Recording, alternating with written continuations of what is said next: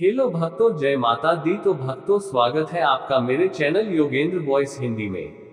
तो भक्तों, इस कार्तिक मास का हमारे जीवन में एक खास ही महत्व है। कार्तिक मास में हम पूजा पाठ, दान धर्म आदि को खास ही महत्व देते हैं। कार्तिक मास में कथा सुनने से हमारे जीवन में सुख, शांति और समृद्धि आती है। तो आज की कार्तिक मास की कथा अध्याय 3 भी इसी चीज पर आधारित है। लेकिन कथा सुनने से पहले अगर आप चैनल पर नए हैं तो चैनल को लाइक, शेयर, सब्सक्राइब करें और कमेंट में जय माता दी लिखना ना भूलें। तो शुरू करते हैं आज की कथा, जिसमें एक माँ, उसका बेटा और उसकी बहू की कार्तिक मास के दौरान किए गए व्रत, पूजा और दान पुण्य से जीवन में आए बदलाव और पुण्य की प्राप्ति की कथा है। इसमें कार्तिक मास की पूजा विधि और महात्म्य का भी विस्तार से वर्णन किया गया है। कहानी: कार्तिक मास की महिमा और माँ, बेटा और बहू की भक्ति। कार्तिक मास कथा अध्याय 3। गांव का नाम था विजयनगर। इस गांव में एक साधारण परिवार रहता था। माँ का नाम पार्वती था, उसका बेटा रमेश और उसकी बहू सुमन। पार्वती देवी बहुत धार्मिक प्रवृत्ति की थी और उन्हें पूजा पाठ, व्रत, त्योहार का बहुत ध्यान रहता था। रमेश गांव में छोटे मोटे काम करके अपने परिवार का पालन पोषण करता था, परंतु उसकी आमदनी बहुत सीमित थी। इस कारण परिवार की आर्थिक स्थिति भी बहुत अच्छी नहीं थी। सुमन भी एक समझदार और मेहनती महिला थी, जो सास की सेवा और घर के कामकाज में हमेशा लगी रहती थी। कार्तिक मास का आगमन और मां का संकल्प। जब कार्तिक मास का समय आया तो पार्वती ने अपने बेटे और बहू से कहा, इस बार कार्तिक मास में हमें विशेष पूजा, व्रत और दान पुण्य करना चाहिए। यह मास भगवान विष्णु को अर्पित होता है और इस समय की गई पूजा से हमें बहुत पुण्य प्राप्त होगा। रमेश थोड़ा चिंतित होकर बोला, माँ, इस समय तो हमारे पास इतने साधन भी नहीं है कि हम विधि पूर्वक पूजा कर सकें। घर का खर्चा बड़ी मुश्किल से चल रहा है, फिर पूजा के लिए सामग्री और दान कैसे कर पाएंगे। पार्वती ने मुस्कुराते हुए कहा, बेटा, भगवान की भक्ति में साधन नहीं, श्रद्धा की आवश्यकता होती है। यदि हम सच्चे मन से भगवान विष्णु और तुलसी माता की पूजा करेंगे तो भगवान स्वयं हमारे संकट हर लेंगे। सुमन ने भी सास का समर्थन किया और कहा, माँ जी, आप बिल्कुल सही कह रही हैं। मैं भी आपकी सहायता करूंगी। हम जितना हो सकेगा पूरी श्रद्धा और विश्वास से पूजा करेंगे। कार्तिक मास की पूजा विधि और कथा। पार्वती ने कार्तिक मास की पूजा की विधि बताते हुए कहा, हर दिन सूर्योदय से पहले स्नान करके घर के आंगन में तुलसी के पास दीप जलाना चाहिए। गंगाजल डालकर स्नान करने से पवित्रता प्राप्त होती है। इसके बाद भगवान विष्णु का ध्यान करना चाहिए और तुलसी माता की सेवा करनी चाहिए। तुलसी को जल चढ़ाना, दीपक जलाना और विष्णु सहस्रनाम या विष्णु मंत्रों का जाप करना चाहिए। इसके साथ ही अगर संभव हो तो कुछ अन्न, वस्त्र और धन का दान भी करना चाहिए। पार्वती और सुमन ने ये पूजा विधि पूर्वक करने का संकल्प लिया। रोज सुबह उठकर पार्वती पहले गंगाजल से स्नान करती और फिर तुलसी के पास दीपक जलाती। सुमन भी सास के साथ इस कार्य में सम्मिलित होती। दोनों माँ बेटी तुलसी को जल अर्पित करती और भगवान विष्णु का स्मरण करती। रमेश भी अपनी माँ और पत्नी की श्रद्धा से प्रभावित होकर कुछ समय पूजा में देने लगा। उसने अपने छोटे छोटे कामों से जो भी थोड़ी बहुत आमदनी होती थी, उसमें से कुछ हिस्सा पूजा सामग्री और दान पुण्य के लिए निकालने का निर्णय किया। भगवान विष्णु की कृपा और कठिनाई का समाधान। एक दिन गांव के एक महात्मा, जो पूरे गांव में धर्म और आध्यात्मिक शिक्षा के लिए प्रसिद्ध थे, पार्वती के घर आए।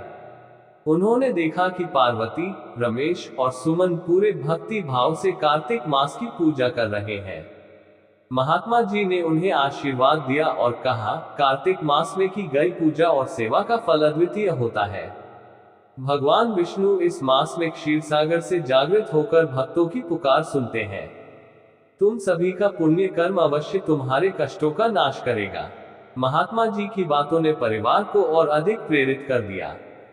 उन्होंने पूरे कार्तिक मास में एक भी दिन पूजा में कमी नहीं आने दी। इस दौरान सुमन ने भी व्रत रखा और दोनों माँ बेटी ने मिलकर भोजन की बचत की, ताकि अधिक से अधिक दान कर सके। परीक्षा का समय। एक दिन गांव में अकाल की स्थिति उत्पन्न हो गई और सभी परिवारों को आर्थिक कठिनाइयों का सामना करना पड़ा। पार्वती का परिवार भी इससे अछूता नहीं रहा। रमेश को भी काम मिलना बंद हो गया और घर का खर्च चलाना मुश्किल हो गया। इस स्थिति में सुमन ने अपनी सास से कहा, माँ जी, शायद अब हमें पूजा में कटौती करनी पड़ेगी, क्योंकि हमारे पास साधन समाप्त हो रहे हैं। पार्वती ने मुस्कुराते हुए कहा, बेटी, ये समय परीक्षा का है। भगवान विष्णु हमारे सच्चे मन और विश्वास को देख रहे हैं। यदि हम कठिनाइयों के कारण अपनी श्रद्धा को कम कर देंगे तो ये हमारी भक्ति में कमी होगी। हमें अपनी पूजा और दान पुण्य का संकल्प नहीं छोड़ना चाहिए। भगवान हमारी सहायता अवश्य करेंगे। भगवान विष्णु का प्रकट होना और वरदान। पार्वती के दृढ़ विश्वास ने सुमन को भी प्रेरित किया और उन्होंने कार्तिक मास का व्रत और पूजा जारी रखा। कार्तिक पूर्णिमा के दिन जब दोनों माँ बेटी तुलसी के पास दीपदान कर रही थी और भगवान विष्णु का ध्यान कर रही थी, अचानक एक दिव्य प्रकाश उनके सामने प्रकट हुआ। प्रकाश में स्वयं भगवान विष्णु प्रकट हुए और बोले, हे पार्वती, तुमने कार्तिक मास के पुण्य का वास्तविक अर्थ समझा और सच्चे मन से मेरी पूजा की। तुम्हारी भक्ति और सेवा भावना ने मुझे प्रसन्न किया है।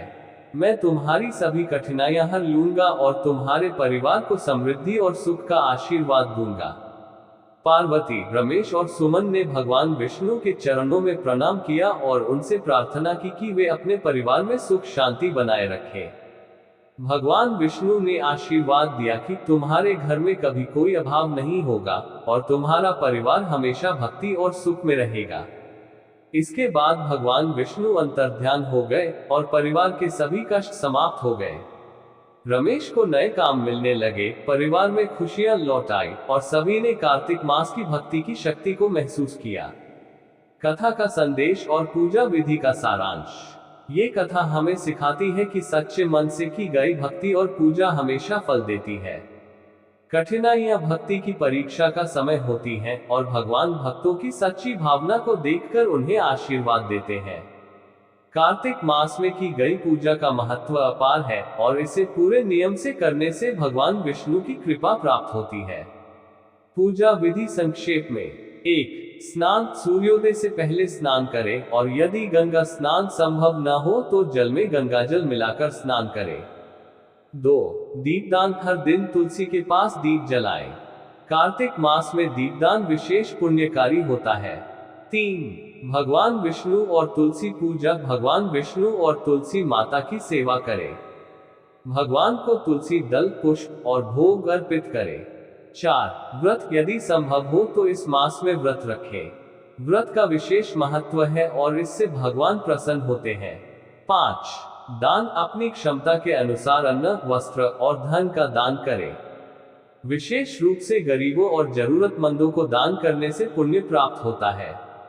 इस प्रकार पार्वती, रमेश और सुमन की यह कहानी हमें ये सिखाती है कि कार्तिक मास की पूजा और भक्ति हमें संकटों से उबारती है और भगवान विष्णु की कृपा से जीवन में सुख, समृद्धि और शांति मिलती है। तो भक्तों, कैसी लगी हमारी कार्तिक मास कथा अध्याय 3? अगर कथा अच्छी लगी हो तो चैनल को लाइक, शेयर, सब्सक्राइब जरूर करें और कमेंट में जय माता दी लिखना ना भूले। तो भक्तों, जय माता दी।